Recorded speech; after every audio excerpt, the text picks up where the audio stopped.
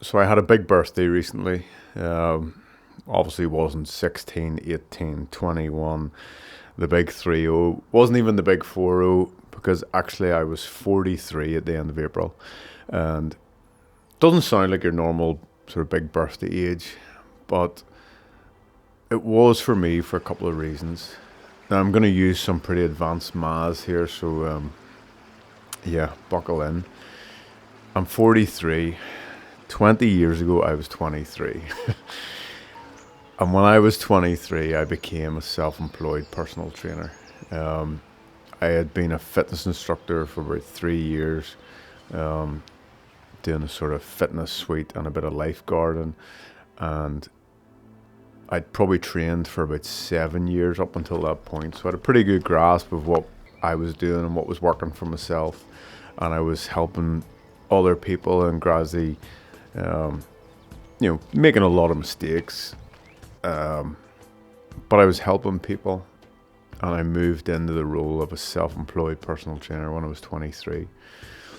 Now that 20 years ago seems like nothing. I can still remember the texture of my first uniform and getting business cards back in the day, and we weren't long using sort of mobile phones and stuff at that stage, which is crazy. And I thought I knew everything. It was that sort of Dunning-Kruger effect, where when you're a bit newer to something, you think you have such a great handle on it. And the more experience you get, you realise, actually, no, I have a lot to go here. Now, last week I was up the Cave Hill, and I'm originally from North Belfast. And the Cave Hill is just a big hill at the top. Very scenic views over Belfast.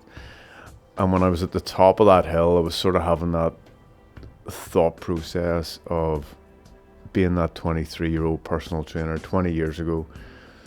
And in 20 years' time, and here's some, again, advanced maths for you here, I'll be 63.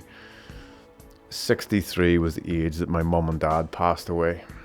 And when I was up the Cave Hill, it reminded me of that's where I used to go when mum was getting her chemo treatment, and we had to wait for the phone call to say the blood cells were good and come back to the hospital.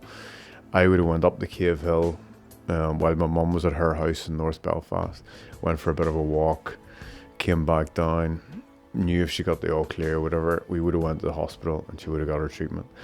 And it's mad to think how quick time goes. And with this whole fitness journey, and it's one of the reasons I'm doing a bit of a YouTube thing, I like the idea of documenting my thoughts and my sort of thought process and opinions, because they will maybe change and evolve. But in my head, I'm thinking it could be game over for me in 20 years, which isn't a lot of time. You know, the kids will be in their mid-20s, and it's why I'm really seeing this shift in my own fitness journey, where I do think it's great for people to get a six-pack. I do think it's great to deadlift 200 for reps, to get your first muscle up or chin up, handstand, etc.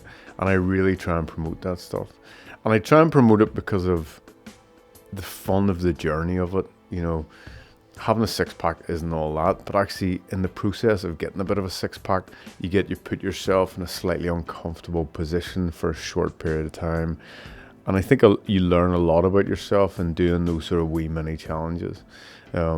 But on the other side of that, I think when you hang out in there, we become obsessed with sitting at a certain level of body fat or a certain heart rate or strength level or whatever it is, it becomes detrimental. And the more and more I think about life and the fitness and health journey, the more I've swung from fitness consuming my life those 20 years ago when I was that new personal trainer, to now fitness improving my life and really trying to make it so that I go well past 63 into the 73 and 83 sort of time frame. So I don't really know what this conversation was all about today, other than look at where you're at now. Think about how quick your 20 years have went, you know,